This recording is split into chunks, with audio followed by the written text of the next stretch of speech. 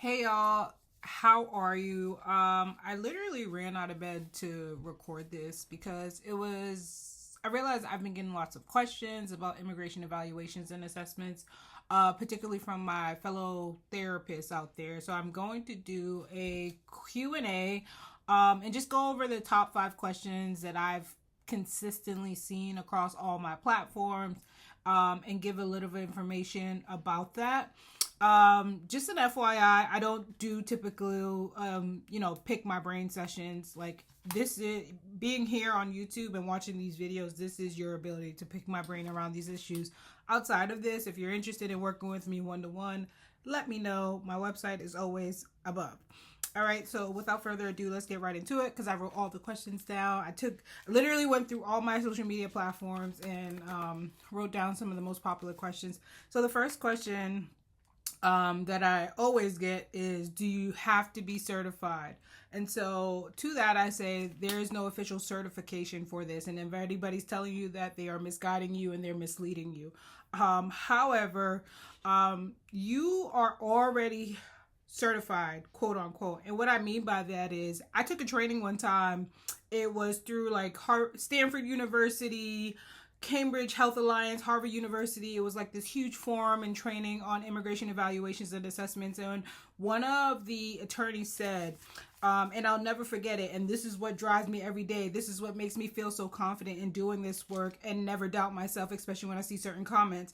He's like, by virtue of you completing a qualified, program, right? Your master's program, or if you have a doctorate program, by virtue of completing that program and taking the necessary steps to become independently licensed, you are already qualified to do this work.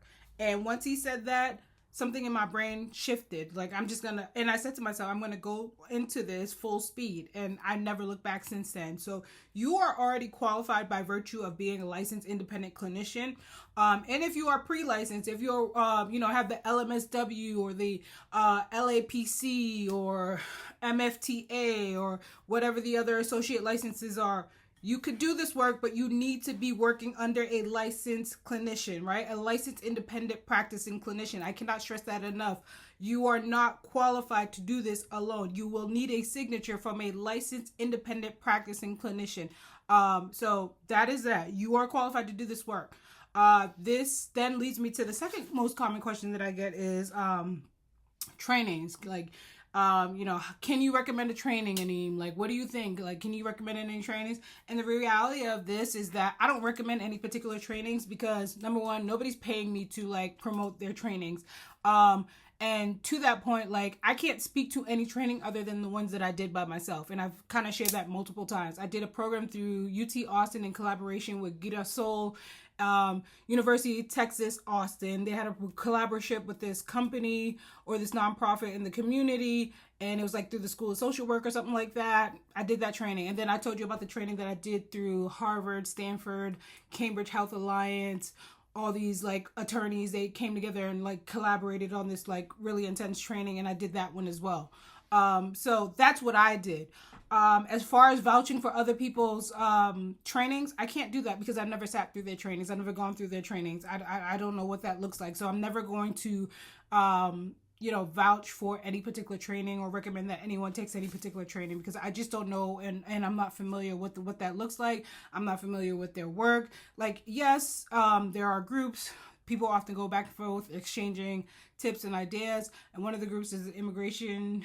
I think it's called Immigration Evaluation on Facebook or something like that. I can't remember the lady or the woman that runs that group, but there's that group, and there's lots of other therapists that do this work in there, and so that's an opportunity to collaborate. But what I often find is that people are going in there searching for answers, and a lot of people aren't as forthcoming, and rightfully so. Like I said, I don't do pick my brains, and like if another therapist or professional decides they don't want to do that, then that's okay as well.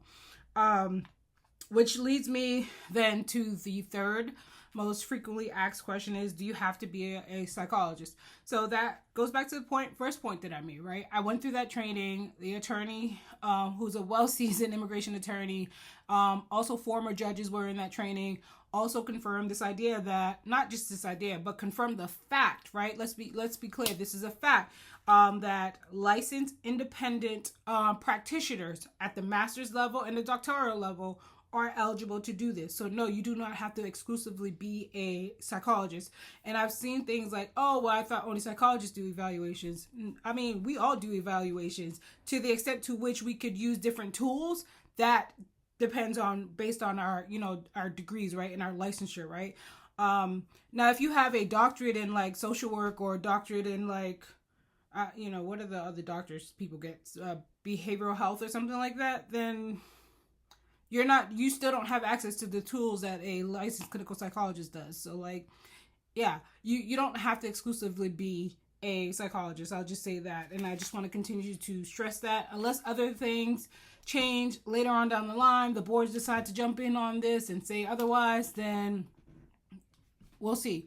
But many of us have already been doing assessing, diagnosing, which are the fundamentals of this evaluation. So a lot of us have experience at it, right? Like I worked at a crisis center where I did strictly really thorough evaluations and assessments, right? Like I'm talking about 3-hour assessments with clients who are in crisis.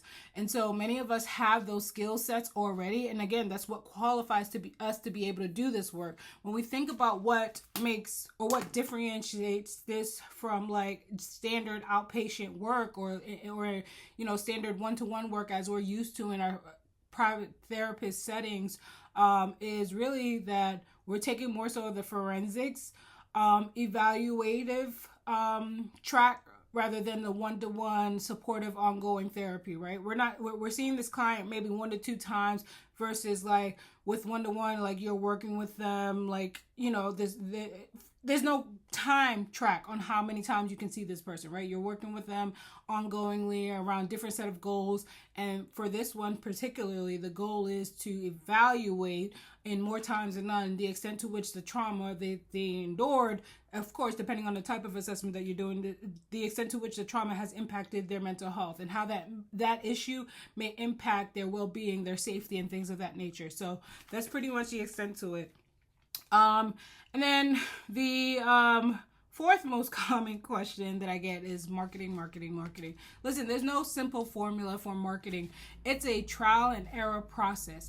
You have to put forth effort. I cannot stress that enough. People think by virtue of like being a therapist or, having an Instagram or having a Facebook channel or having any social media, but that's all you have to do, right? No, marketing is an in-depth process. It's trial and error. It's about understanding your ideal client in this space, right? Immigration is big, right? There are a lot of people that come from a lot of different places, that come from a lot of different backgrounds. What is it and who are you trying to focus on? That is marketing. So there's not a one-size-fits-all in marketing. And I've talked about it in previous videos. Make sure y'all check that out, about the different marketing tactics that I've taken personally to help kind of find my way in this space and make the necessary connections that I needed to make. Is it all perfect? No. Do I have to continuously fine tune things? Absolutely. I just spent money on like putting billboards across the country. That was me refining and fine tuning my process. I'm looking at the data to see if it works and see if it makes sense. And I'm constantly fine tuning. That's what you have to do. That is marketing. And that's pretty much for the marketing part. There's not one answer that's going to resolve all your marketing issues. You have to do something. You have to look at the data from it, and you have to fine tune and keep making adjustments until you get it right, right? And by getting it right, that could just mean like you've gotten some clients in the door, right? And so like that could be a success. Let's celebrate that. Let's acknowledge that. Just like we would tell our clients, it's the same sort of deal. Which leads me then to my fifth one. I might do an additional question. If y'all have any questions, definitely let me know below. How do you get started? So I think I kind of captured that in everything else that I stated, but essentially you want to take a training, right? While you are a licensed independent practitioner, that's great. That definitely helps a ton. You want to take some sort of training in that you help yourself understand and recognize what type of information, what type of data you need to be pulling in order to make a sufficient report, right? It's not just about the evaluation, right? You got to write a report. You also want to make sure whoever you're training with is teaching you how to write this report. And oftentimes I get the question, is just like, okay, do you have any examples of reports? I don't give examples of my reports, right? I worked really hard to develop that. And just like the marketing idea where like things get fine-tuned, I've been lucky enough to work with some attorneys that have been able to. I always recommend when my clients see me, if they have an attorney, when I complete a draft, I have the clients go over it with their attorneys, right? And then from there, we get the feedback, and then we take it from there. And so like I've been fortunate enough to work with attorneys that give that feedback. And so utilize, that's a resource. You got to remember, you and the attorney are a team. You, the attorney, and the client, you are a team working together. It's a collaborative approach, and not to the point where like you compromise the integrity of your report by, putting in information that's incorrect or putting in information that isn't true about the client or the symptoms or the severity, but in the way that you all help each other supporting the clients and the client's need, right? We're taking a strength-based approach, if you will. And so utilize those resources. When people work with me one-to-one, they book a one-to-one session, I give a general template that I've created for people to get going and get started, but that's only for clients that work with me one-to-one. Outside of that, that's pretty much that. But yeah, you want to make sure that your training talks about how to write the report, what's needed in the report, the different types of reports, right? I talked about earlier that there are different avenues that people can go towards, right? There's a T visa, there's a U visa, there's a hardship waiver, there's a VAVA, there is a asylum. Like there are different ones, and there are ones that are can only strictly be done by medical doctors and psychologists, right?